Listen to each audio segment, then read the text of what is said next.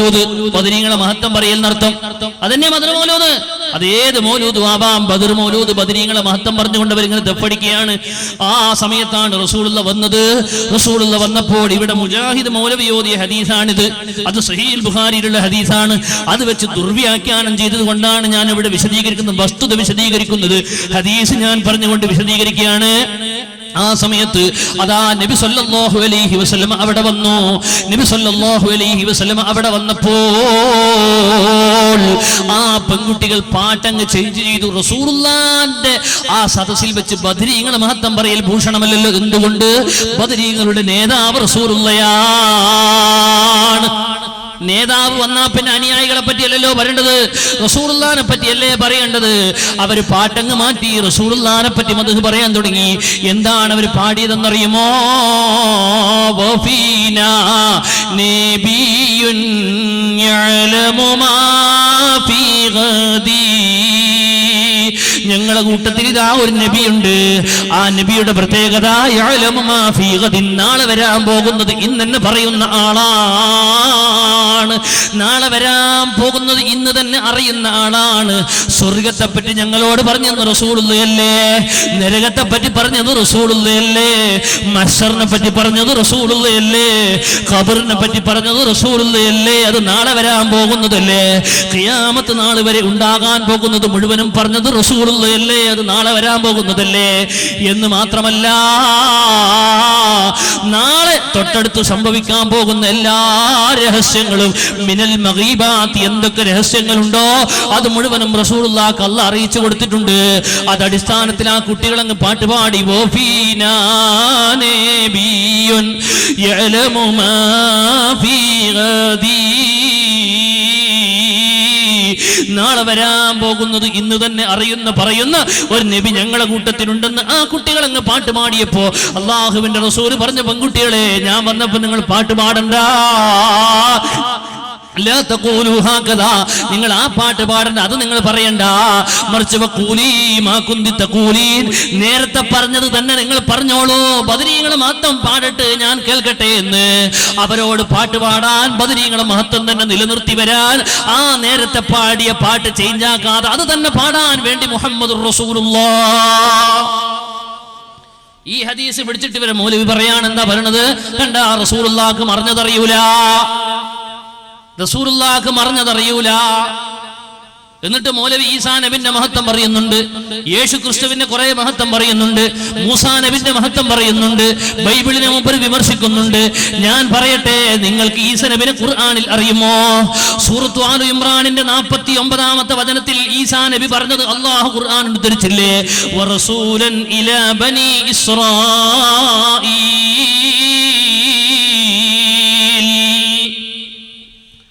ഞാൻ ഇസ്രായേൽ മക്കളിലേക്ക് ഒരു നബിനെ അയച്ചിട്ടുണ്ട്. അതിൻ്റെ ഇടയിൽ ഒരു കാര്യം പറയാനുള്ളത്, ഞങ്ങളുടെ മട്ടന്നൂരിനടുത്ത് തബ്ലീഗുകാരുടെ ഒരു പള്ളിയും പ്രദേശമുണ്ട്.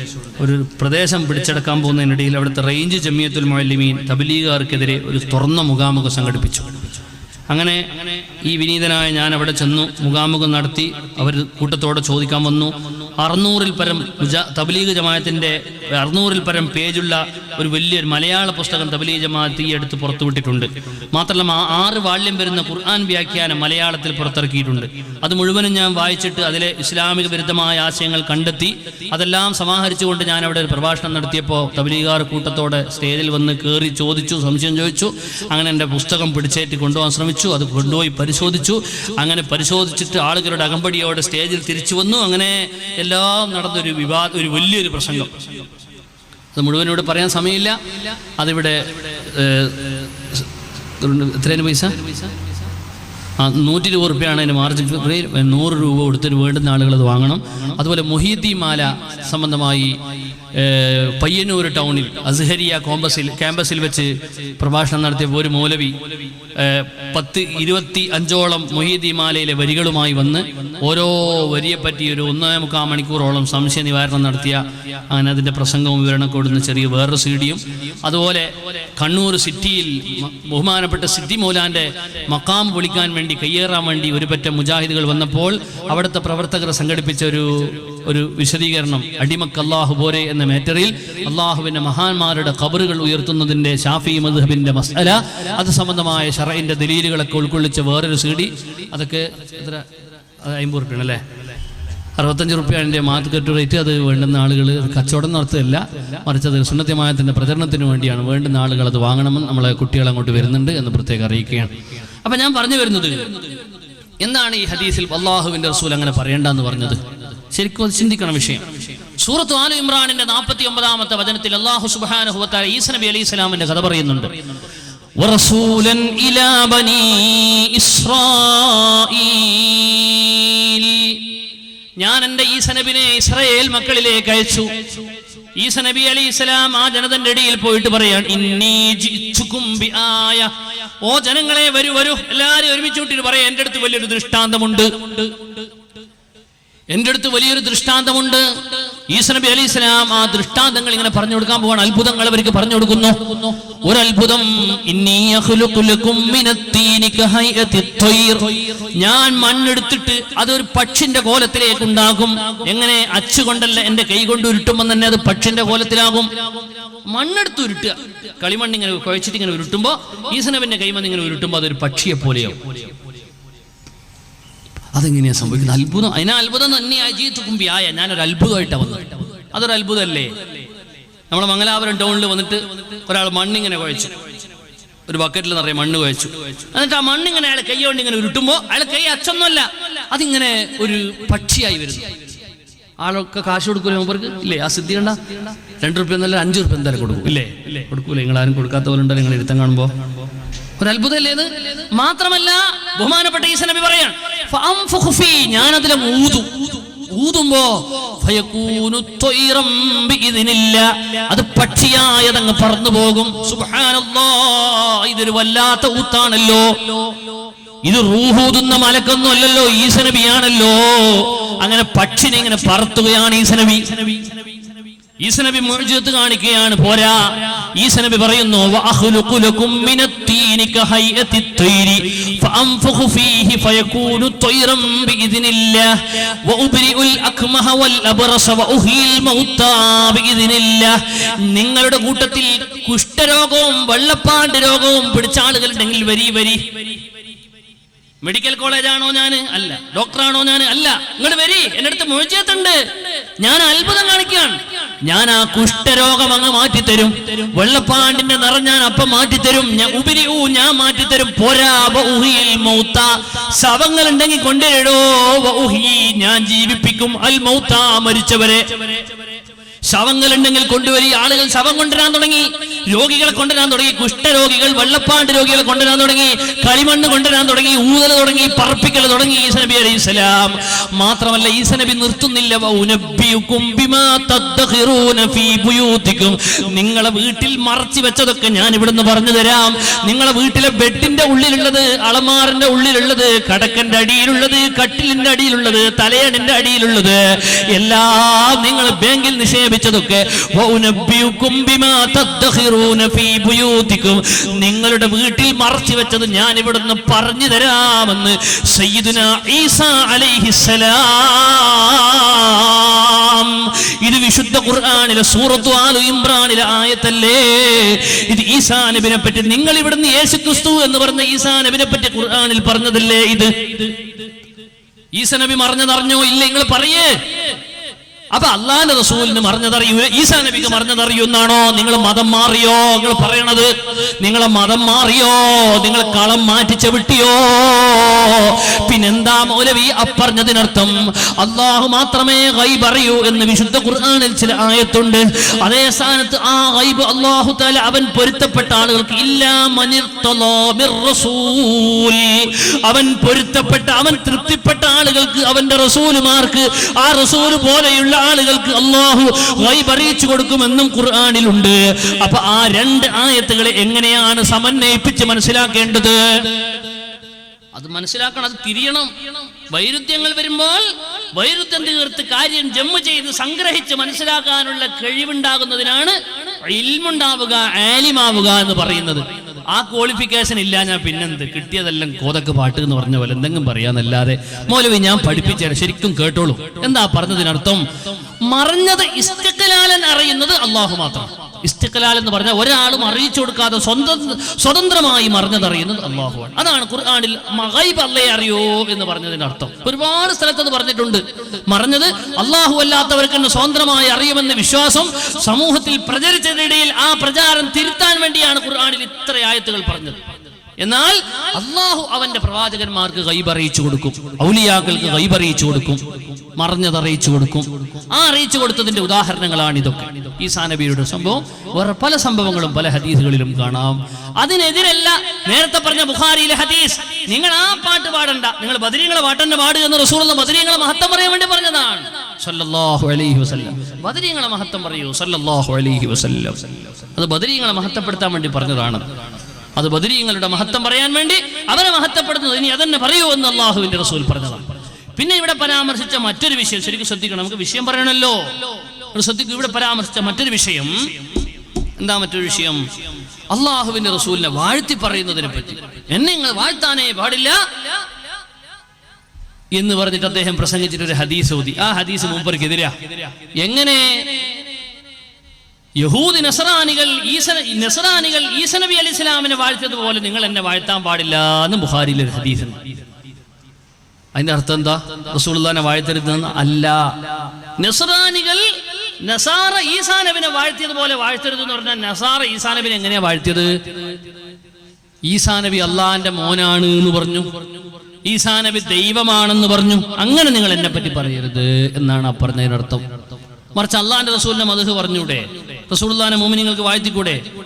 അത് വെറുപ്പാ റസൂലുള്ളാഹിക്ക് സന്തോഷാണത്. അത് നിങ്ങൾ പറയരുത്. റസൂലുള്ളാഹിനെ വാഴ്ത്തൽ ഇഷ്ടമില്ല എന്ന് നിങ്ങൾ പറയരുത്. നിങ്ങൾ റസൂലുള്ളാഹിനെ വാഴ്ത്തുന്നവരെ നിർത്തിക്കാൻ വേണ്ടിയിട്ടുള്ള ഏർപ്പാടാണ്. നിങ്ങൾക്ക് റസൂലുള്ളാഹിനെ വാഴ്ത്തുന്നതിൽ ഇഷ്ടമില്ലെങ്കിൽ നിങ്ങൾ നിർത്തിക്കോളൂ, വാഴ്ത്തുന്നവരെ നിർത്തിക്കരുത്. അള്ളാഹിന്റെ റസൂലിന് അത് ഇഷ്ടമില്ല നിങ്ങൾ പറയരുത്. നുണയാണത്. അള്ളാഹുവിന്റെ റസൂലിനെ വാഴ്ത്തുന്നത് അള്ളാഹുവിന്റെ റസൂൽ ഇഷ്ടപ്പെട്ടിട്ടുണ്ട്. റസൂലുള്ള തന്നെ പറ്റി സ്വഹാബത്തിനോട് വാഴ്ത്തി പറഞ്ഞു കൊടുത്തിട്ടുണ്ട്. സ്വഹാബത്ത് അള്ളാഹുവിന്റെ റസൂലിനെ പറ്റി വാഴ്ത്തി പറയാറുണ്ട്. അതൊക്കെ ധാരാളം ഹദീസിലുള്ളതാണ്. ആ സ്ഥിതിക്ക് നിങ്ങൾ ആ പറഞ്ഞത് കളവാണ്. അതുകൊണ്ട് തന്നെ അള്ളാഹുവിന്റെ റസൂലിനെ വാഴ്ത്തി പറഞ്ഞതിന് 1-2 ഉദാഹരണങ്ങൾ ഞാൻ പറയാം. ഒരു ദിവസം അള്ളാഹുവിന്റെ റസൂൽ സല്ലല്ലാഹു അലൈഹി വസല്ലം, ഒന്നാമത് അള്ളാഹുവിന്റെ റസൂലിന്റെ മദീനത്തെ പള്ളിയിൽ ഒരു മിമ്പർ വെച്ചു കൊടുത്തിരുന്നു. ഒരു മിമ്പർ ഒരു സഹാബിക്ക്. ആരാണോ സഹാബി? സയ്യിദുനാ ഹസ്സാൻ ഇബ്നു സാബിത്ത്.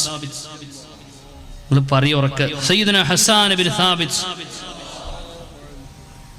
റളിയല്ലാഹു തആല തങ്ങളവർകൾ അള്ളാഹുവിന്റെ റസൂൽ ഒരു മിമ്പർ വെച്ചു കൊടുത്തിരുന്നു.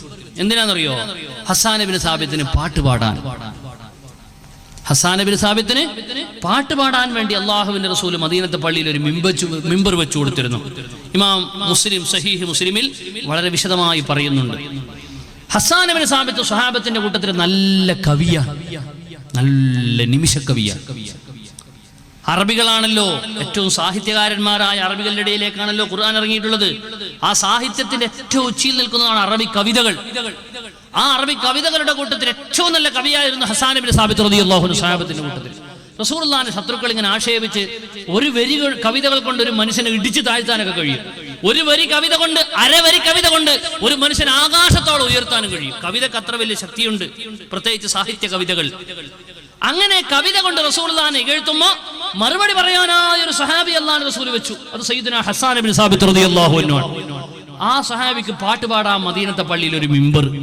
ആ മിമ്പറും വന്ന് മൂപ്പർ ഇങ്ങനെ പാട്ട് പാടും. എന്തൊക്കെയാ പാടിയത്? സഹീഹ് മുസ്ലിമിൽ വളരെ വിശദമായി കാണാം. ഹജൗതു മുഹമ്മദൻ ഫഅജബ്തു അൻഹു വഇൻദല്ലാഹി ഫീ ദാകൽ ജസാഉ ഹജൗത മുഹമ്മദൻ ബർറൻ തഖിയൻ رسول الله سيمته الوفاء فإن أبي ووالده وإرلي لإرل محمد منكم بقاء سكلت بنيتي إن لم تروها تثير النقع من كنفيك دائي يبارين الأعنة مصعدات على أكتافها الأصل الظماء تظل جيادنا متمترات تلتمهن بالخبر الدبر النساء فإن أعرضتم عنا تمرنا وكان الفتح وانكشف الغطاء وإلا فاصبروا لضراب يوم يعز الله فيه من يشاء وقال الله قد أرسلت عبدا يقول الحق ليس فيه خفاء وقال الله قد يسرت جندا هم الأنصار عرضتها اللقاء. അതങ്ങ് പാടിയ തീരൂല, ഒരുപാട് പാടുണ്ട്. സഹീഹ് മുസ്ലിമിന്റെ ഹദീസാണ്. നിങ്ങൾ വരിക മൗലൂദ് താവുന്ന നോക്കുന്നത് സഹീഹ് മുസ്ലിമിന്റെ ഹദീസാണ്. സഹീഹ് മുസ്ലിമിന്റെ ഹദീസാണ്. നിങ്ങൾ അറിയോ, മംഗലാപുരത്തെ ഈ പ്രദേശത്ത് ഒരുമിച്ച് കൂടിയ മുഅ്മിനീങ്ങളെ, ഇന്നലെ കണ്ണൂരിലെ കമ്പിൽ എന്ന് പറയുന്ന സ്ഥലത്ത് ഒരു വാദപ്രതിവാദം നടന്നു. മഹാനായ മുഹമ്മദ് മുസ്തഫ തങ്ങൾ ജനിച്ചത് റബീഉൽ അവ്വൽ 12-നാണെന്ന് ഒരുപാട് അഭിപ്രായ വ്യത്യാസമുണ്ടെന്നും, എന്നാൽ റസൂലുള്ള വഫാത്തായത് റബീഉൽ അവ്വൽ 12-നാണ് ഉറപ്പാണ്. അതുകൊണ്ട് റസൂലുള്ള വഫാത്തായ ദിവസമാണ് റബീഉൽ അവ്വൽ 12. അന്ന് മുട്ടായി കൊടുത്താൽ നബി വഫാത്താകുന്നതിന്റെ സന്തോഷമാണ് അറിയിക്കുന്നത് എന്ന് എല്ലാ സ്ഥലത്തും മുജാഹിദ് പ്രസംഗിക്കലുണ്ട്. ഉണ്ടോ? നമ്മുടെ നാട്ടിലൊക്കെ പറയലുണ്ടോ? ഉണ്ടോ? ഉണ്ടെന്ന് പറഞ്ഞാൽ ഉണ്ടോ? ലഘുലേഖ ഞങ്ങളെ കേരളത്തിൽ ഓരോ വീട്ടിലും കൊടുത്തു, കേരളത്തിൽ മുഴുവൻ ഒരു ലഘുലേഖ. ആ ലഘുലേഖ ഉയർത്തിപ്പിടിച്ചുകൊണ്ട് ഞാൻ ഒന്നാമതായി ചോദിച്ചു, മൗലവി, അള്ളാഹുവിന്റെ റസൂൽ ജനിച്ച ദിവസത്തിൽ അഭിപ്രായ വ്യത്യാസമുണ്ട്, ചരിത്രത്തിൽ ഞങ്ങൾ സമ്മതിക്കുന്നു, ശരിയാണ്, പ്രബലമായ റബീഉൽ അവ്വൽ 12 എന്നാണ്. എന്നാൽ റസൂലുള്ള വഫാത്തായതിൽ ഒരു തർക്കവും ഇല്ല. അത് റബീഉൽ അവ്വൽ 12-നാണെന്ന് ഉറപ്പാണ്, ഇജ്മാഅാണ്, അതിൽ ആർക്കും തർക്കമില്ല നിങ്ങൾ പറയലുണ്ടല്ലോ. എന്നാൽ ബഹുമാനപ്പെട്ട ഇസ്ലാമിക ചരിത്രകാരന്മാരുടെ ഗ്രന്ഥങ്ങളൊക്കെ ഉദ്ധരിച്ചുകൊണ്ട് അഭിപ്രായ വ്യത്യാസം, റസൂലുള്ള വഫാത്തായത് 2-നാണ്, 10-നാണ്, 13-നാണ്, 8-നാണ്, 7-നാണ്, 12-നാണ് എന്ന അഭിപ്രായങ്ങൾ മുഴുവനും വായിച്ചു കൊടുത്തിട്ട് ഞാൻ ചോദിച്ചു, റബീഉൽ അവ്വൽ റസൂലുള്ള വഫാത്തായത് 12-നാണെന്ന കാര്യത്തിൽ അഭിപ്രായ വ്യത്യാസമില്ല എന്നതൊരു ഇബാറത്ത് കൊണ്ട് തെളിയിക്കാമോ? മൗലവി എന്താ പറഞ്ഞെന്നറിയോ? അഭിപ്രായ വ്യത്യാസമുണ്ട്. അപ്പൊ ഞാൻ ചോദിച്ചു, ഈ ലഘുലേഖയും ഈ പുസ്തകവും ഒക്കെ പറയുന്നത്, ഒരുപാട് പുസ്തകവും ലഘുലേഖ ഉയർത്തി കാണിച്ചിട്ട് കമ്പിൽ വിതരണം ചെയ്ത അവിടെ സംവാദം ഉണ്ടാകാൻ കാരണമായ ഒരു ലഘുലേഖ വിതരണം ഉണ്ട്. ആ ലഘുലേഖ ഉയർത്തിപ്പിടിച്ചിട്ട് ഞാൻ കാണിച്ചു കൊടുത്തു, ഇതിലിങ്ങനെ പറയുന്നുണ്ടല്ലോ. അത് തെറ്റാണ്. ഞാൻ പറഞ്ഞു, മുജാഹിദുകളെ കേറി തല്ല് മൗലവിന, നിങ്ങളെ കൊണ്ട് നോട്ടീസ് വിതരണം ചെയ്യിപ്പിക്കുക. റബീഉൽ അവ്വൽ 12-നാണ് റസൂലുള്ള വഫാത്ത്, തർക്കമില്ല. മൗലവി ഇപ്പം പറയുന്ന തർക്കമുണ്ട്. നിങ്ങൾ ആലോചിച്ച് നോക്കൂ. അവസാനമായും ചോദിച്ചു, മഹാനായ നബി സല്ലല്ലാഹു അലൈഹി വസല്ലം തങ്ങൾ ജനിച്ച ആ ദിവസം അബൂലഹബ് തന്റെ അടിമയായ സുവൈബത്തിനെ മോചിപ്പിച്ചതിന്റെ പേരിൽ അബൂലഹബിന് നരകത്തിൽ വെച്ച് ചെറുവിരലിലൂടെ ഒരു പ്രത്യേകമായ പാനീയം കിട്ടുന്ന ഒരു കഥ, സ്വപ്നം കണ്ട ഒരു സംഭവം സഹീഹുൽ ബുഖാരിയിൽ ഉദ്ധരിച്ചിട്ടുണ്ട്. കിതാബുർ റളായിൽ, മുലകുടി ബന്ധം പറയുന്ന ബാബിൽ അത് ഹദീസ് അല്ല. ഹദീസ് എന്ന് പറഞ്ഞ രണ്ടർത്ഥമുണ്ട്. റസൂലുള്ള പറഞ്ഞതിന് മാത്രം ഹദീസ് എന്ന് പറയും, ഇനി നബിയും സഹാബത്തും താബിഈങ്ങളും പറഞ്ഞതിന് ഹദീസ് എന്ന് പറയും, ഇല്ലേ? ഖൗലുൻ നബിയ്യി വഫീലുഹു തഖരീറുഹു ഖൗലുസ് സഹാബി ഫീലുഹു തഖരീറുഹു വഹകദാ ഖൗലുൻ വഫീലുത് താബിഈ തഖരീറുഹു ഫമാ ഇലൈഹി യന്തഹി.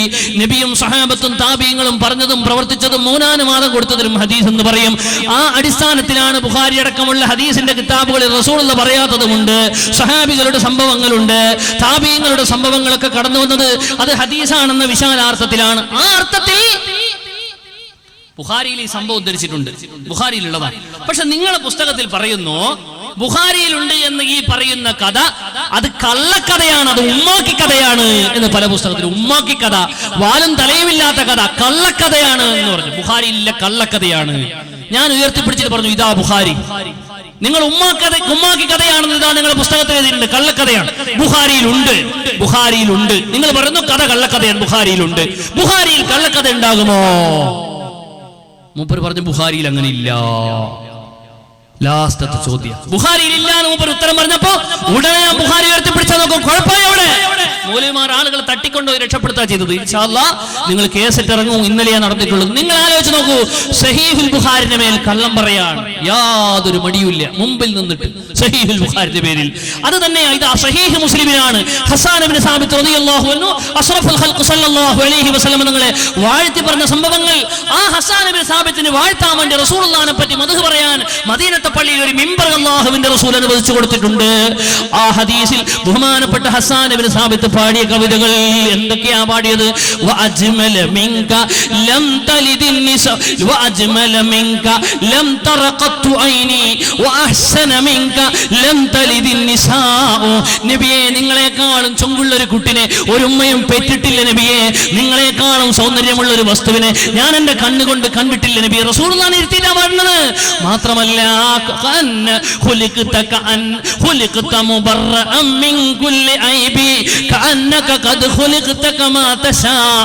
നബിയെ, നിങ്ങൾക്കൊരു ഐബില്ലല്ലോ നബിയെ, ഒരു കുറവില്ല നബിയെ.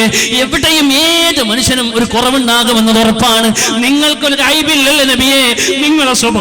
നിങ്ങളുടെ സ്വഭാവം, നിങ്ങളുടെ പെരുമാറ്റം, നിങ്ങളുടെ കാര്യങ്ങളൊക്കെ നിങ്ങൾ ഉദ്ദേശിച്ചതുപോലെ, നിങ്ങൾ പടക്കപ്പെട്ടതുപോലെയുണ്ടല്ലോ. ഒരു മനുഷ്യനും അവൻ ഉദ്ദേശിച്ചതുപോലെ അവനുണ്ടാവുള്ളല്ലോ, അല്ലാഹു ഉദ്ദേശിച്ചതുപോലെയല്ലേ ഉണ്ടാവുള്ളൂ. ഹസ്സാൻ ഇബ്നു സാബിത്ത് റസൂലുള്ളാഹിനെ ഇരുത്തിയിട്ട് മദീനത്തെ പള്ളിയിൽ നിന്ന് പറയാണ്, നബിയേ കഅന്നക ഖദ് ഖുലിഖത കമാ തശാഉ. നിങ്ങളെ പടപ്പ് കാണുമ്പോൾ നിങ്ങൾ ഉദ്ദേശിച്ചതുപോലെ പടച്ചോ, നിങ്ങൾ പടച്ചതുപോലെ ഉണ്ടല്ലോ നബിയേ എന്ന് ഹബീബിനെ ഇരുത്തി വാഴ്ത്തി പറഞ്ഞു കൊടുത്ത സംഭവം നിങ്ങൾക്ക് നിഷേധിക്കാൻ കഴിയൂല മൗലവിമാരെ. മുസ്ലിം ലോകം അംഗീകരിച്ചു പോയിട്ടുണ്ട്. അത് റസൂലുള്ളാഹിനെ മദ്ഹ് പറയലല്ലേ. ഇനി റസൂലുള്ള സഹാബികൾക്ക് തന്റെ മഹത്വം പറഞ്ഞു കൊടുക്കുന്നു. നോക്കൂ നിങ്ങൾ, വളരെ സമയം വൈകിയിട്ടുണ്ട്, ചുരുക്കട്ടെ. ജലസനാസും മിൻ അസ്ഹാബി റസൂലില്ലാഹ്. റസൂലുള്ളാഹിന്റെ സ്വഹാബികൾ ഒരുമിച്ച് കൂടി. യന്തദുറൂന, റസൂലുള്ളാഹിനെ കാത്തിരിക്കുക. നബി ഇപ്പം വരും എന്ന് വെച്ച് ഇങ്ങനെ കാത്തിരിക്കുക. ആ സമയത്ത് ഫഖറജ, റസൂലുള്ളാഹി വന്നു. ആ സമയം ഹത്താ ഇദാ നാദാ മിൻഹും സമിഅഹും യതദാകറൂന ഫസമിഅ ഹദീസഹും. റസൂലുള്ളാഹി വന്നപ്പോൾ അവരിങ്ങനെ സംസാരിക്കുന്ന സംസാരം കേട്ടു. എന്താ സംസാരിക്കുന്നത്? അവർ വർത്താനം പറയാൻ റസൂലുള്ളാഹിനെ കാത്തിരിക്കുന്നതിനിടയിൽ അവരിങ്ങനെ സംസാരിക്കുകയാണ്. എന്താ സംസാരിക്കുന്നത്? ലോ ക്ലാസ് വർത്താനല്ല, ദുനിയാവിന്റെ വർത്താനല്ല, മഹാന്മാരെ മൗലിദാണ് അവർ പറയുന്നത്.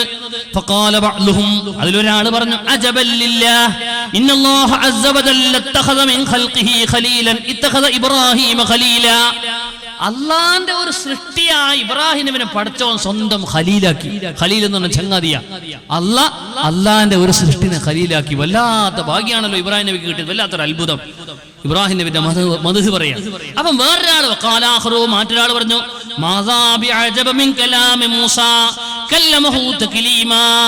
എന്തൊരു അത്ഭുതമാണ്. അള്ളാഹു അവന്റെ ഒരു അടിമയായ മൂസ നബിയോട് നേരിട്ട് അള്ളയും മൂസാ നബി സംസാരിച്ചു. മൂസ അലൈഹിസ്സലാം. വേറൊരാൾ പറഞ്ഞു, ഈസാ നബി മഹാത്ഭുതല്ലേ. ഈസാ നബി ഉപ്പയും ഉമ്മയൊന്നും ഇല്ലാതെ, അള്ളാഹ് നേരിട്ട് ബാപ്പയില്ലാതെ അള്ളാഹു തആല നേരിട്ട് ഫനഫഖ്തു ഫീഹി മിർ റൂഹി. അള്ളാഹു നേരിട്ടാണല്ലോ പഠിച്ചത്, ബാപ്പയില്ലാതെയാണല്ലോ. അപ്പം വേറൊരാൾ പറഞ്ഞു, ആദം നബിക്ക് ബാപ്പ ഉമ്മയില്ലല്ലോ. ഇതൊക്കെ പറയുമ്പോൾ റസൂലുള്ളാഹി ഇത് കേട്ടിട്ട് ഈ സദസ്സിലേക്ക് ഇറങ്ങിയിട്ട് പറയാൻ, ഖദ് സമീതു കലാമക്കും, നിങ്ങളെ ചർച്ച ഞാൻ കേട്ടു, വഅജബക്കും, നിങ്ങൾ അത്ഭുതം കൂറുന്നത് ഞാൻ കേട്ടു. ഇന്ന ഇബ്രാഹീമ ഖലീലുല്ലാഹ്, ഇബ്രാഹിം നബിക്ക് നിങ്ങൾ പറഞ്ഞ വസ്ഫ് വളരെ നല്ലതാണ്. വഹുവ കദാലിക് വമൂസാ നജിയുല്ലാഹ്, മൂസ നബി അല്ലാഹു തആല അല്ലാഹുവിന്റെ നജിയാണ്. ഈസാ റൂഹുല്ലാഹി വകലിമത്തുഹു, ഈസാ നബി അലൈഹി സലാം അല്ലാഹുവിന്റെ റൂഹും കലിമത്തുമാണ്. ബഹുമാനപ്പെട്ട ആദം നബി അല്ലാഹു തആല പ്രത്യേകം തിരഞ്ഞെടുത്ത ആളാണ്. ഇതൊക്കെ നിങ്ങൾ പറഞ്ഞെങ്കിൽ ഇനി ഞാൻ എന്നെ പറ്റി പറയട്ടെ. അലാ വഅന ഹബീബുല്ലാഹ്, ഞാൻ അല്ലാഹുവിന്റെ ഹബീബാണ്, അല്ലാഹുവിന്റെ ഏറ്റവും ഹുബ്ബുള്ള ആള് ഞാനാണ്. വലാ ഫഖറ, ഇത് ഞാൻ ദുരഭിമാനം പറയുന്നതല്ല, ഞാൻ സ്വന്തം അഭിമാനം പറഞ്ഞുകൊണ്ട് ഞാൻ ഇങ്ങനെ ഹുങ്കാകുന്നതല്ല. വഅന ഹാമിലു ലിവാഇൽ ഹംദി യൗമൽ ഖിയാമ, എല്ലാ സൃഷ്ടികളും ഒരുമിച്ച് കൂടുന്ന ഖിയാമത്ത് നാളിൽ ലിവാഉൽ ഹംദ് എന്ന പതാക ഞാനാണ് ഉയർത്തിപ്പിടിക്കുക. വലാ ഫഖറ, ഞാൻ അഭിമാനം പറഞ്ഞ് സ്വയം വലുതാകുകയല്ല, ഉള്ളത് പറയുകയാണ്. വഅന അവ്വലു ശാഫിഇൻ വഅവ്വലു മുശഫഅ, ആദ്യമായി ഞാനാണ് ശഫാഅത്ത് ചെയ്യുക, ആദ്യമായി എന്റെ ശഫാഅത്താണ് അവിടെ സ്വീകരിക്കപ്പെടുക. വലാ ഫഖറ വഅവ്വലു മൻ യുഹർരികു ഹിലഖൽ ജന്ന, സ്വർഗ്ഗത്തിന്റെ വട്ട കണ്ണി പിടിച്ചിട്ട് ആദ്യമായി കുലുക്കുന്നത് ഞാനാണ്. അല്ലാഹു തആല എനിക്കാണ് സ്വർഗ്ഗത്തിന്റെ ആ വാതിലിന്റെ കവാടം പിടിച്ചുകൊണ്ട്, കവാടത്തിന്റെ വട്ട കണ്ണി പിടിച്ചു വരുമ്പോൾ പിടിച്ചു കൊടുക്കും എനിക്കാണ്. ഫയുഫ്തഹുലി, ഞാനാണ് സ്വർഗ്ഗം തുറക്കുക, എനിക്കാണ് സ്വർഗ്ഗം തുറന്നു വരിക. ഫയുദ്ഖിലിനിഹാ വമഈ ഫുഖറാഉൽ മുഅ്മിനീൻ, ഞാൻ അങ്ങനെ ആദ്യ സ്വർഗ്ഗത്തിൽ കടക്കുമ്പോൾ എന്റെ കൂടെ മുഅ്മിനീങ്ങളിൽ നിന്ന് പാവപ്പെട്ട ഫക്കീർമാരും എന്റെ കൂടെ ഉണ്ടാകും. ഫക്കീർമാരും ഞാനുമാണ് സ്വർഗ്ഗത്തിൽ കടക്കുക എന്ന് മഹാനായ മുഹമ്മദുർ റസൂലുള്ളാഹി സ്വല്ലല്ലാഹു അലൈഹി വസല്ലം. വഅന അക്രമുൽ അവ്വലീന വൽ ആഖിരീൻ, സർവ്വ നബിമാരെക്കാളും വരാൻ പോകുന്ന സർവ്വജനങ്ങളെക്കാളും ഏറ്റവും റെസ്പെക്ട് എനിക്കാണ് കിട്ടുക. വലാ ഫഖ്റ മുഹമ്മദുർ റസൂലുള്ളാഹി. ഇത് ഞങ്ങൾക്ക് പറയാണ്ടാവൂല മൗലവിമാരെ, ഇത് റസൂലുള്ളാഹിന്റെ മഹത്താണ്, അത് ഞങ്ങൾക്ക് പറയാണ്ടാവൂല. അത് ഞങ്ങൾ പറയും ഇൻഷാ അല്ലാഹ്. അല്ലാഹു തൗഫീഖ് തരട്ടെ, അല്ലാഹു തൗഫീഖ് തരട്ടെ, അല്ലാഹു തൗഫീഖ് തരട്ടെ. പിന്നെ പറയുന്നത് അല്ലാഹു അല്ലാത്തവരോട് ഞങ്ങൾ പ്രാർത്ഥിക്കുന്നുണ്ടെന്നില്ല, നുണയാണ്. അള്ളാഹിനോടേ പ്രാർത്ഥിക്കാൻ പറ്റും. പ്രാർത്ഥന അള്ളാഹിനോട് പറ്റുള്ളൂ, പ്രാർത്ഥന അള്ളാഹിനോടേ പറ്റുള്ളൂ. എന്തുകൊണ്ട്? പ്രാർത്ഥന എന്ന് പറഞ്ഞാൽ അതിന്റെ അർത്ഥം എന്താ? നിങ്ങൾ പറ പ്രാർത്ഥനയുടെ അർത്ഥം. ഞങ്ങളൊക്കെ പറയണ്ട, നിങ്ങൾ തന്നെ പറയും. എന്താ പ്രാർത്ഥനയുടെ അർത്ഥം? മൗലവിമാർ പ്രാർത്ഥനയ്ക്ക് അർത്ഥം പറഞ്ഞിട്ടുണ്ട്. മൗലവിമാർ പ്രാർത്ഥനയ്ക്ക് പറഞ്ഞ അർത്ഥം എന്താണ്?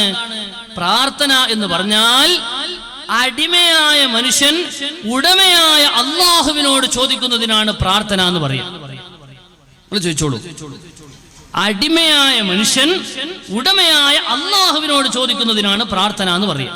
ഈ പ്രാർത്ഥന അത് അള്ളാഹിനോടല്ലേ പറ്റുള്ളൂ, ഉടമ അള്ളേലേ ഉള്ളൂ, അള്ള മാത്രമേ ഉടമ ഉള്ളൂ. ഇത് അള്ളാഹിനോടേ പറ്റുള്ളൂ. അതെങ്ങനെയാ? അടിമയും ഉടമയാണ്, അത് വിശ്വാസത്തിലാണ് അടിമയും ഉടമയും വേർതിരിയുന്നത്. ഉടമയാണ് ഈസാ നബി അലൈഹിസ്സലാം, അതന്നെയാ യേശു ക്രിസ്തു. ആ യേശു ക്രിസ്തുവിനെ സംബന്ധിച്ച് ക്രിസ്ത്യാനിറ്റി വിശ്വസിക്കുന്നത് ദൈവമാണ്, ദൈവത്തിന്റെ പുത്രനാണ് എന്നൊക്കെയാണ്. അതേ ഈസാ നബിനെ പറ്റി നമ്മൾ വിശ്വസിക്കുന്നത് അള്ളാഹുവിന്റെ അടിമയാണ്, അള്ളാഹിന്റെ റസൂലാണ്. അള്ളാഹുവിന്റെ റസൂൽ വറസൂലൻ ഇലാ ബനി ഇസ്രായീൽ, ഇസ്രായേൽ മക്കളിലേക്ക് അള്ളാഹു സുബ്ഹാനഹു വ തആല പറഞ്ഞയച്ച അള്ളാഹുവിന്റെ ഒരു അടിമയാണ്, അള്ളാഹുവിന്റെ ഒരു റസൂലാണ് ഈസാ നബി എന്നാണ് മഹാനായ സയ്യിദുനാ ഈസാ അള്ളാഹുവിന്റെ വിശുദ്ധ ഖുർആൻ പറയുന്നത്. അപ്പോൾ അടിമയും ഉടമയും തീരുമാനിക്കുന്ന വിശ്വാസത്തിലാണ്. ഉടമയാണ്, സ്രഷ്ടാവാണെന്ന ഉദ്ദേശത്തോടെ സഹായം തേടാൻ അത് പ്രാർത്ഥനയോ. അത് ഞാനല്ല പറഞ്ഞത്, അൽമനാറാ പറഞ്ഞത്. അൽമനാർ മുജാഹിദിന്റെ അൽമനാർ, അത് ശരിയാ പറഞ്ഞത്. അത് ഇമാം റാദി തഫ്സീറിൽ പറഞ്ഞിട്ടുണ്ട്. ഒരടിമ ത്വലബുൽ അബ്ദ്, ഒരടിമ തേടുക മിർ റബ്ബിഹി, പടച്ചവനോട് ഹവായിജു, ആവശ്യത്തിന്. ഇതിനാണ് ഇബാദത്ത് എന്ന് പറയാ. ഈ ഇബാദത്ത്, ഇത് ആരാധനയാണ്, ഇത് അള്ളാഹിനോടേ പറ്റുള്ളൂ. അപ്പൊ അള്ളാഹിനോടേ പ്രാർത്ഥിച്ചോളൂ. അതേ സ്ഥാനത്ത് മഹാന്മാരോട് സഹായം തേടുന്നതിനെതിരല്ല, മഹാന്മാരോട് സഹായം തേടുന്നതിനെതിരല്ല. വല്ലേ നീരെത്തുന്നും എന്നെ വിളിപ്പോർക്ക് വായ്കൂടാ ഉത്തേരം നൽകും ഞാൻ എന്നോവർ. അത് കറാമത്താണ്, അത് മുഹീദ്ദീൻ ശൈഖിന്റെ കറാമത്താണ്. ആ കറാമത്ത് മുഹീദ്ദീൻ ശൈഖിന് അല്ലാഹു തആല കൊടുത്തതാണ്. പിന്നെയോ മൗലവിയോട് വേറൊരു ബൈത്ത്, കുപ്പിക്കകത്തുള്ള വസ്തുവിനെ പോലെ കാണും ഞാൻ നിങ്ങളെ കൽബകം എന്നോവർ. അതും കറാമത്താണ്. ഒരു മനുഷ്യന്റെ ഉള്ളിലുള്ളത്, കൽബിന്റെ ഉള്ളിലുള്ളത് കാണാൻ ഒരു വൈദ്യശാസ്ത്രത്തിലും ഇന്ന് വരെ കണ്ടുപിടിച്ചിട്ടില്ല. ഉണ്ടല്ലോ? ഇല്ലല്ലോ. എന്നാൽ അത് അള്ളാഹുവിന്റെ റസൂലിന് അല്ലാഹ് മുഅ്ജിസത്തായി കൊടുത്തിട്ടുണ്ട്. നിസ്കരിക്കുമ്പോൾ ബേക്കിലിരിക്കുന്ന ആളുകൾ ചിരിക്കുന്നതും കളിക്കുന്നതും സംസാരിക്കുന്നതും അനങ്ങുന്നതും മാത്രമല്ല, അവരെ മനസ്സിൽ ചിന്തിക്കുന്നത് വരെ ഇമാം എന്ന റസൂലുള്ളാഹിക്ക് അറിയാൻ സാധിച്ചിട്ടുണ്ട് എന്ന് ഇമാം മുസ്ലിം റിപ്പോർട്ട് ചെയ്യുന്നുണ്ട്, ഇമാം ബുഖാരി റിപ്പോർട്ട് ചെയ്യുന്നുണ്ട്. ഇന്നി ലാ യഖ്ഫാ അലയ്യ, ഞാൻ കാണാതിരിക്കുന്നില്ല സഹാബത്തെ. നിങ്ങൾ ബേക്കിൽ നിൽക്കുമ്പോൾ സലാത്ത് കൊണ്ട് നിങ്ങൾ നിസ്കാരം, വലാ റുകൂഉകും വലാ സുജൂദുകും, നിസ്കാരവും റുകൂഉം സുജൂദും, വലാ ഖുശൂഉകും, നിങ്ങളുടെ മനസ്സിന്റെ ഉള്ളിലുള്ളതും ഞാൻ കാണുന്നുണ്ട് എന്ന് റസൂലുള്ളാഹി പറഞ്ഞത് മുഅ്ജിസത്താണ്. കുപ്പിക്കകത്തുള്ള വസ്തുവിനെ പോലെ കാണും ഞാൻ നിങ്ങളെ കൽബകം എന്നോവർ. ഇന്നി അലമു ഖുലൂബകും കൽ ഖവാരീരി എന്ന് ശൈഖ് ജീലാനി പറഞ്ഞത് കറാമത്താണ്. കറാമത്തിൽ വിശ്വസിക്കൽ ഇസ്ലാമിന്റെ ഭാഗമാണ്. അത് ശിർക്കല്ല, മൗലവി ബിദ്അത്തല്ല. ഇനി അവസാന ഒരു വിഷയം കൂടി പറഞ്ഞ് അവസാനിപ്പിക്കാൻ, ചോദ്യോത്തരത്തിന് വേണ്ടി സമയം വിടണല്ലോ, ഒരുപാട് പറയാനുണ്ട്. വിഷയം പറയാതെ പോലെ ശരിയല്ലല്ലോ എന്ന് കരുതിയിട്ടാണ്. ദാൽമനാറിന്റെ എൻ്റെ കയ്യിലുണ്ട്. ഇനി ഞാൻ പറയാണ്, ഇവിടെ പറഞ്ഞ വേറൊരു കാര്യം, നബിദിനാഘോഷത്തെ പറ്റി 2 വാക്ക് അതിനെപ്പറ്റി പറഞ്ഞ് ഞാൻ അവസാനിപ്പിക്കാം. നബിദിനാഘോഷത്തെ പറ്റി ഇവരുടെ നിലപാടെന്താണെന്ന് ഞാൻ എനിക്ക് പറഞ്ഞുതരാം. നമ്മളൊക്കെ നബിദിനാഘോഷം നടത്തും, വേറെ കുറച്ച് ആൾക്കാരുടെ വ്യഭിചരിക്കുന്നുണ്ട്, കള്ളക്കടത്ത് നടത്തുന്നുണ്ട്. മൗലവി പറയുന്നതെന്നറിയോ? ഇതേ മൗലവിയും സുഹൈർ ചുങ്കത്തൂർ അവരൊക്കെ പറയണെന്തെന്നറിയോ? കള്ളക്കടത്ത് നബിദിനാഘോഷമായിട്ട് കള്ളക്കടത്താ നല്ലതെന്നാ. എന്നിട്ട് എടുത്ത മോനെ, അതിനോട് മലയാളം വായിക്കാൻ കിട്ടൂലല്ലോ നിങ്ങൾക്ക് അല്ലേ? പത്രത്തിൽ വന്ന, ഉച്ചപത്രത്തിൽ വന്ന, സുദിനത്തിൽ വന്ന റിപ്പോർട്ടാണ്. നബിദിനത്തെക്കാൾ നല്ലത് കള്ളക്കടത്തും മോഷണവും. പത്രത്തിൽ വന്ന ന്യൂസാണത്. നിബിധനം കഴിക്കുന്നതിനേക്കാളും നല്ലത് കള്ളക്കടത്തും മോഷണവും. മലയാള പത്രത്തിൽ അടിച്ചു വന്നതാണ്. ഇനി അള്ളാഹുവിന്റെ റസൂലിനെ സംബന്ധിച്ച് എന്താ ഇവർ പറയണമെന്നറിയോ? അള്ളാഹുവിന്റെ റസൂൽ പച്ചയായ മനുഷ്യനാ. റസൂലുള്ളാഹിനെ പറ്റി പറയാം, വെറും പച്ചയായ മനുഷ്യനാ. നിങ്ങൾ ആലോചിച്ച് നോക്കൂ, അള്ളാഹുവിന്റെ റസൂലിനെ സല്ലല്ലാഹു അലൈഹി വസല്ലം പറ്റി പറയാണ് അള്ളാഹുവിന്റെ റസൂൽ ഒരു പച്ചയായ മനുഷ്യനാ. ആരാ പറഞ്ഞത്? ഇവിടെ വന്ന അതേ മൗലവി തന്നെ പറഞ്ഞു. ആമിനയുടെയും അബ്ദുള്ളയുടെയും മകനായി ജനിച്ച മുഹമ്മദ് നബി സല്ലല്ലാഹു അലൈഹി വസല്ലം പച്ചയായ മനുഷ്യൻ. നോക്കൂ നിങ്ങൾ, ഇതൊക്കെ ഇവർക്കില്ലാതെ പറയാൻ കഴിയോ? അള്ളാഹിന്റെ റസൂലിനെ പറ്റി പറയാം. പിന്നെ സക്കരിയ സലാഹി പറയുന്ന എന്താണെന്നറിയോ? അല്ലാഹു തആല ആ മനുഷ്യന് കൊടുത്ത ഉദവികേട്, അതിന്റെ ഏറ്റവും വലിയ ചിത്രം അദ്ദേഹം പറയാണ് റസൂലുള്ളാഹിന്റെ കുബ്ബ അടിച്ചു പൊളിക്കണം, മദീനത്തെ പച്ച കുബ്ബ അടിച്ചു പൊളിക്കണം. റസൂലുള്ളാഹിന്റെ മദീനത്തെ പച്ച കുബ്ബ അടിച്ചു പൊളിക്കണം എന്നാണ് മൂപ്പര് പറയണത്. അല്ലാഹു തആല ആ മനുഷ്യന് അതുകൊണ്ടാണ് ആ ഉദവികേട് കൊടുത്തത് തന്നെ. ഇപ്പൊ കേരളത്തിലെ വഹാബികൾ മുഴുവനും മൂപ്പര് ആട്ടി പുറത്താക്കിയിട്ടുണ്ടല്ലേ. സൗദിയിലേക്ക് നാട് കടക്കേണ്ടി വന്നത് കാണാനല്ലേ ഇപ്പൊ മൗലവിന്? പഠിക്കാൻ പോയതാവും. എന്ത് പഠിക്കാന്? ഈ കാലം അത്രയും സമൂഹത്തെ പഠിപ്പിച്ച് ഇപ്പൊ മൂപ്പർ പഠിക്കാൻ പോയി. അള്ളാഹിന്റെ റസൂലിനെ പച്ചക്ക് പഠിച്ചു പഠിക്കാൻ പറഞ്ഞിട്ട് നിങ്ങൾ അത് നിലനിർത്തേണ്ട യാതൊരു ബാധ്യതയും നമുക്കില്ല. ഇത് പറയാനുള്ള സാഹചര്യം എന്താണെന്നറിയോ? പല സ്ഥലത്തും ജാറത്തെ വിമർശിച്ചപ്പോ മുസ്ലിയാക്കന്മാര് പറഞ്ഞു, ഞാൻ അവസാനിപ്പിക്കാണ്, ഞങ്ങൾക്ക് ജാറമുണ്ടാക്കാനുള്ള തെളിവ് മദീനത്തെ കുബ്ബയാണ്. അപ്പൊ ഞാൻ ചോദിച്ചു, ഖുറാഫി റസൂലുള്ളാഹിന്റെ ഖബറുമ്മേ സഹാബികൾ കുബ്ബ ഉണ്ടാക്കിയിട്ടുണ്ടോ? താബീങ്ങൾ ഉണ്ടാക്കിയിട്ടുണ്ടോ? താബികൾ ഉണ്ടാക്കിയിട്ടുണ്ടോ? പിന്നെ ആ കുബ്ബ എങ്ങനെ നിങ്ങൾക്ക് തെളിവാകും? അപ്പൊ പിന്നത്തെ പ്രസംഗത്തിൽ പറയാണ്, ഞങ്ങൾ എന്താ തകർക്കാത്തത്? സൗദിയിലെ ഒരുപാട് ജാറങ്ങൾ തകർത്ത നിങ്ങൾ ആര് സൗദി ഭരണകൂടം, എന്താണ് ആ കുബ്ബ തകർക്കാത്തത്? എടോ, സൗദിയിലെ ഭരണം ഞങ്ങൾക്കൊന്നല്ലല്ലോ. ഞങ്ങൾക്ക് തകർക്കാൻ KNM ഭരണം കിട്ടിയാലല്ലേ ഞങ്ങൾക്ക് തകർക്കാൻ കഴിയുള്ളൂ. KNM ഭരണം കിട്ടിയാൽ പിറ്റേന്ന് ഞങ്ങൾ ആ കുബ്ബ തകർക്കും. മുജാഹിദ് മുന്നേറുന്ന കാലത്ത് മുമ്പ് പ്രസംഗിച്ചതാ. അതിന്റെ ടോപ്പ് പ്രഭാഷകനായിട്ട് KNM ഭരണം കിട്ടിയാൽ ഞങ്ങൾ തകർക്കും. ഇപ്പൊ മൂപ്പര് ഏറ്റവും വലിയ ശത്രു KNM ഒന്നാമത്തെ എതിരാളിയാണ് മൂപ്പര്. അങ്ങനെ മൂപ്പര് പ്രസ്ഥാനം ഉണ്ടാക്കി കേരളത്തിൽ. ആ പ്രസ്ഥാന അവസാനം മൂപ്പരെ ചവറ്റുകൊട്ടയിലേക്ക് പുറത്തിട്ട വാർത്ത നേരത്തെ കേട്ട. എന്നെ പുറത്താക്കിയില്ല, നിങ്ങൾക്ക് സങ്കടമില്ല, എന്നെ മുശ്രിക്കാക്കി പുറത്താക്കൂലേ? റസൂലുള്ളാഹിന്റെ കുബ്ബ അടിച്ചു വിളിക്കണത്. അള്ളാഹുവിന്റെ റസൂലിന്റെ കുബ്ബ എങ്ങനെയാ വന്നത്? ആ ബിൽഡിംഗ് എങ്ങനെയാ വന്നത്? നിങ്ങൾ നുണ പറയരുത് മൗലവി. ഞാനത് വിശദമായി അടിമക്കല്ലാഹു പോരെ എന്ന പ്രസംഗത്തിൽ പറഞ്ഞിട്ടുണ്ട്. എന്റെ സിഡിയുടെ വിതരണത്തിലുണ്ട്. അള്ളാഹുവിന്റെ റസൂൽ സല്ലല്ലാഹു അലൈഹി വസല്ലമ വഫാത്താകുന്നതിന് മുമ്പുണ്ടായ ഒരു വീട്, ആയിഷ ബീവിന്റെ വീട്, നബി താമസിച്ച വീട്, ആ വീടെന്ന ബിൽഡിങ്ങിന്റെ ഉള്ളിലാണ് നബിനെ മറവ് ചെയ്തത് തന്നെ. പഴയ കാലത്ത് ആ വീട് പുരോഗമിച്ച് ഭംഗിയിൽ ഓരോ ഭരണാധികാരികളും അതിനെ മോടി പിടിച്ചു കൊണ്ടുവന്നു. അള്ളാഹുവിന്റെ റസൂലിന്റെ ആ കുബ്ബനെ, ആ കെട്ടിനെ, ആ ബിൽഡിങ്ങിനെ, ആ വീടിനെ പൊളിച്ചു കളയണമെന്ന് ഒരാളും ഫത്വ കൊടുത്തിട്ടില്ല. അത് ഭംഗിയാക്കണമെന്ന് അങ്ങനെ ഭംഗിയാക്കി സർവ്വ ഖബറുകളും പൊളിക്കുന്ന വഹാബികൾ പോലും ഇപ്പോൾ അതിനെ പോലീസുകാരെയും പട്ടാളക്കാരെയും വെച്ച് അതിനെ പോറ്റുകയല്ലേ, അതിന്റെ പൊടി തുടക്കുകയല്ലേ, അതിനെ വൃത്തിയാക്കുകയല്ലേ. മുസ്ലിം ലോകം മുഴുവൻ ചെയ്തത് 6-7 നൂറ്റാണ്ടിലൊന്നുമല്ല. ഓരോ നൂറ്റാണ്ടിലും ഓരോ കാലത്തും അതിന് പുരോഗതി വരും. പെയിന്റ് മാറ്റിയടിക്കും. അത് നിങ്ങൾ ഭരണാധികാരികളുടെ പേര് പറഞ്ഞു, ഇന്നാൾ പുതിയ പെയിന്റ് അടിച്ചു, ഇന്നാൾ പുതിയ ബിൽഡിംഗ് എടുത്തു, അത് നിങ്ങൾ പറഞ്ഞോളി. അതാണ് പറഞ്ഞത്. വിഷയം മനസ്സിലായോ? ഇനി ഞാൻ അതൊന്നുമല്ല പറയണത്, ഇവരെ റസൂലുള്ളാഹിനുള്ള നിലപാട് പറയാണ്. ഇനി നിങ്ങൾ നോക്കൂ, ഇബ്നു തൈമിയ ഉണ്ടല്ലോ, ഇബ്നു തൈമിയ വഹാബികളുടെ ആശയ സ്രോതസ്സായ ഇബ്നു തൈമിയന്റെ ജാറം ശ്രദ്ധിക്കുമോനെ. ഇബ്നു തൈമിയന്റെ ജാറം, ഇബ്നു തൈമിയന്റെ ഖബർ കെട്ടിപ്പൊക്കിയത് നിങ്ങൾക്ക് കാണാൻ സാധിക്കും. ഇബ്നു തൈമിയന്റെ ജാറം അത് അടിച്ചു പൊളിക്കും. അബുൽ അലാ മൗദൂദിന്റെ ജാറത്തിൽ വരുന്ന പിരിവിന്റെ മേൽ നാട്ടിലടി, ഭയങ്കര തല്ലാണ്. അബുൽ അലാ മൗദൂദിന്റെ ഖബറിന്റെ മേലുള്ള ജാറത്തിന്റെ മേൽ വരുന്ന പിരിവിന്റെ പൈസക്ക് അടിയാണ്. ആരാ അടി ചെയ്യണത്? നാട്ടുകാരും കുടുംബവും തമ്മിൽ. ഞങ്ങൾക്ക് വേണമെന്ന് കുടുംബം, പൊതുസ്വത്തായിട്ട് ഉപയോഗിക്കണമെന്ന് നാട്ടുകാർ. ആരാണ് ഈ റിപ്പോർട്ട് കേരളത്തിൽ റിപ്പോർട്ട് ചെയ്തത്? നമ്മളല്ല, ഉമർ മൗലവി, മുജാഹിദിന്റെ മുൻ പ്രസിഡന്റ് ഉമർ മൗലവി, മർഹൂം ഉമർ മൗലവി എന്ന് മുജാഹിദുകൾ പറയുന്ന മരിച്ചുപോയ പാവം മുജാഹിദിന്റെ പ്രസിഡന്റ് ഉമർ മൗലവിയായി സംഭവം പറഞ്ഞത്. അബുൽ അലാ മൗദൂദിന്റെ ഖബർ പോയി സന്ദർശിച്ചിട്ട് അദ്ദേഹം ഇവിടെ അദ്ദേഹത്തിന്റെ പത്രത്തിന് കൊടുത്തൊരു അഭിമുഖം വിശദമായി പറയുന്ന അടിയുടെ സംഭവം പറയുന്ന പത്രത്തിന്റെ അഭിമുഖം ഞങ്ങളുടെ കയ്യിലുണ്ട്. നിങ്ങൾ മനസ്സിലാക്കണം. ഇനി നിങ്ങൾ നോക്കൂ, മഹാനായ മുഹമ്മദ് മുസ്തഫ തങ്ങളെ മൗലിദിനെ വിമർശിക്കുന്ന ഇവർ സർവ്വസ്ഥലത്തും ഇതന്നെ അവർക്ക് പണി. അതിന്റെ ഒരു സ്വഭാവം ഒന്നും കൂടി ഞാൻ കാണിച്ചുകൊണ്ട് ആ വിഷയത്തെപ്പറ്റി 2 വാക്ക് സംസാരിച്ച് ഞാൻ അവസാനിപ്പിക്കട്ടെ. ഒരു മൗലവി റസൂലുള്ളാഹിന്റെ മൗലിദിനെ ഇങ്ങനെ കളിയാക്കുന്ന രംഗം നോക്കി നിങ്ങൾ. ഇസ്ലാമിന്റെ കാലത്ത് ഗംഭീരമായ ജലപ്രളയം, തൂഫാൻ ഉണ്ടായി, വെള്ളപ്പൊക്കം ഉണ്ടായി. അല്ലാഹു സുബ്ഹാനഹു വ തആല അതിനെപ്പറ്റി പറയുന്നെന്താ? വനജ്ജൈനാഹു വഅഹ്ലഹു മിനൽ കർബിൽ അലീം. ലൂത്ത് നബി അലൈഹിസ്സലാമിനെയും ആ ലൂത്ത് നബി അലൈഹിസ്സലാമിന്റെ അഹ്ലുകാരെയും നജ്ജൈനാ, നമ്മളാണ് രക്ഷപ്പെടുത്തിയത്. ഖുർആനിൽ നൂഹ് നബി അലൈഹിസ്സലാമിന്റെ മൂപ്പർ ലൂത്ത് എന്നാ പറഞ്ഞത്, നൂഹ് നബിന്റെ കഥ. അപ്പൊ വേഗം തിരുത്തി കൊടുക്കുക. നൂഹല്ല, ലൂത്തല്ല, പിന്നെ ആരാണ്? നൂഹ് നബിയാണ് അലൈഹിസ്സലാം.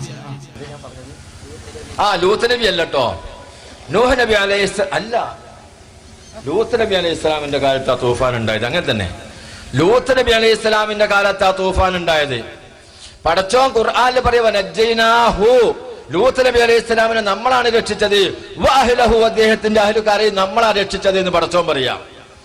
ഒരായത്തിലല്ല, വേറെയും ആയത്തില് വഅൻജൈനാഹു വഅസ്ഹാബസ് സഫീനതി വജഅൽനാഹാ ആയത്തൻ ലിൽ ആലമീൻ. മുസ്ലിയാക്കന്മാരെ, ആലിമീങ്ങളെ, ഉസ്താദുമാരെ, ഒന്ന് മനസ്സ് തുറക്ക്. വഅൻജൈനാഹു, ലൂത്ത് നബി അലൈഹിസ്സലാമിനെയും വഅസ്ഹാബസ് സഫീനതി, ആ കപ്പലുണ്ടായിരുന്ന മുഴുവൻ ആളുകളെയും നമ്മളാണ് രക്ഷിച്ചത്. അല്ലാഹു ഖുർആനിൽ പറയാ. ഇത് നമ്മൾ വിശ്വസിക്കണോ വിശ്വസിക്കണ്ടേ? വിശ്വസിക്കണം. വിശ്വസിച്ചാൽ മുഅ്മിനാണ്, വിശ്വസിച്ചില്ലെങ്കിലോ കാഫിറ. ഇതിന്റെ വിപരീതം വിശ്വസിച്ചാലോ തനിച്ച കാഫിറാണ്, അല്ലേ? എന്നാ കേട്ടോ, വസ്തഗാസ ബിഹി നൂഹും ഫനജാ മിനർ റദാ. വസ്തഗാസ ബിഹി, മുഹമ്മദ് നബിയോട് സഹായം തേടി നൂഹ്.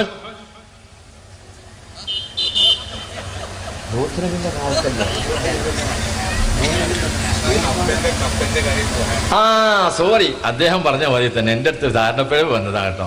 കുറെ ദിവസമായി പരിപാടിക്കൊന്നും പോരില്ല, വയ്യ വയസ്സനായി. മൗലിദിന്റെ കുരുത്തക്കേടാണിത്. ഇനി നിങ്ങൾ നോക്കൂ, സക്കരിയ സലായി എന്റെ സ്വന്തം മഹലിൽ, ഞാൻ ഖുതുബ പോകുന്ന മഹലിൽ സക്കരിയ സലായി പ്രസംഗിക്കാൻ വേണ്ടി വന്നു. പ്രസംഗിക്കാൻ വന്നപ്പോൾ ഉണ്ടായ സംഭവങ്ങൾ കണ്ടോളൂ, ഞെട്ടിക്കുന്ന സംഭവം. ഒരു മൗലവിന്റെ സംസ്കാരം തിരിച്ചറിയാൻ.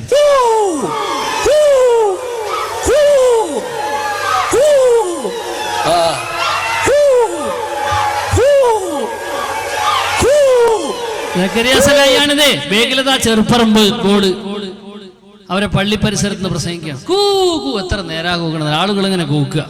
ഇതൊക്കെ അള്ളാന്റെ റസൂലിന്റെ കുബ്ബ പൊളിക്കണമെന്ന് നിങ്ങളെ നാവോണ്ട് പറഞ്ഞിട്ടുണ്ടെങ്കിൽ ഇതിനപ്പുറം നിങ്ങളാവും. അവിടെ ഒന്നും അവസാനിച്ചിട്ടില്ല, നിങ്ങൾ ഇത് അവസാനിക്കാൻ പോണില്ല. അള്ളാഹു ഉമ്മത്തിനെ കാത്തു രക്ഷിക്കട്ടെ. അപ്പൊ ഇനി എന്താ പറയണത്? غير حسد بعدد لك أشكو فيه يا سيدي خير النبي.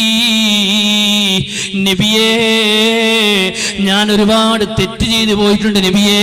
തെറ്റെന്ന വാഹനത്തിൽ ഞാൻ കയറിയിട്ടുണ്ട്, അനന്തമായ തെറ്റെന്ന വാഹനത്തിൽ കയറിയിട്ടുണ്ടെന്ന് പറഞ്ഞ് ഞാൻ ഒരുപാട് തെറ്റ് ചെയ്തു പോയിട്ടുണ്ട് നബിയേ. അതുകൊണ്ട് ലേക്കാ അഷ്കു, നിങ്ങളോട് ഞാൻ ആവലാതി ബോധിപ്പിക്കുന്നു നബിയേ എന്നൊരു അടിമ റസൂലുള്ളാഹിനോട് പറഞ്ഞ, റസൂലുള്ള എന്ന നേതാവിനോട് അനുയായി ആവലാതി ബോധിപ്പിച്ചതാണ്. അതിലെവിടെയാ ശുർക്കുള്ളത്? റസൂലുള്ളാഹിനോട് ആവലാതി പറഞ്ഞൂടെ? അത് റസൂലുള്ളാഹിനോട് തന്റെ അനുയായി ആവലാതി പറഞ്ഞതല്ലേ? അനുയായി നേതാവിനോടല്ലേ ആവലാതി പറയാ? റസൂലുള്ള പണ്ട് നേതാവായിരുന്നു, ഇപ്പൊ നേതാവല്ല എന്ന് നിങ്ങൾക്ക് വാദമുണ്ടോ? റസൂലുള്ള ഇന്നും നമ്മുടെ നേതാവാണ്, നേതാവിനോടല്ലേ അനുയായി ആവലാതി പറയാ? അതേ, തിബ്ത ഹയ്യം വ മയ്യിതൻ യാ റസൂലല്ലാഹ്. ജനാസ, റസൂലുള്ള ജനാസയായി ഇങ്ങനെ കിടക്കുമ്പോൾ സുൽഹന്ന വീട്ടിൽ നിന്ന്, സുൽഹന്ന നാട്ടിൽ തന്റെ വീട്ടിൽ നിന്ന് റസൂലുള്ള വഫാത്തായത് അറിഞ്ഞപ്പോ ഓടി വന്നിട്ട് റസൂലുള്ളാഹിന്റെ മുഖത്തുള്ള സുഹൂലിയൻ പുതപ്പ്, യമനിയൻ പുതപ്പ് മുഖത്തുനിന്ന് നീക്കിയിട്ട് നെറ്റിത്തടത്തൊരു കെട്ടിപ്പിടിച്ചൊരു ചുംബനം കൊടുത്തുകൊണ്ട് അള്ളാഹിന്റെ റസൂലിന്റെ പ്രിയപ്പെട്ട സിദ്ദീഖുൽ അക്ബർ പറഞ്ഞത് ഹദീസിൽ കാണാം. തിബ്ത ഹയ്യൻ വ മയ്യിതൻ യാ റസൂലല്ലാഹ്. തിബ്ത, ഈ കിടക്കുന്ന നബിയേ, നിങ്ങൾ ത്വയ്യിബാണ് നബിയേ, നിങ്ങൾ ത്വയ്യിബാണ് നബിയേ, നിങ്ങൾ ഏറ്റവും നല്ലതാണ് നബിയേ. ഹയ്യൻ, ജീവിച്ചിരിക്കുന്ന സമയം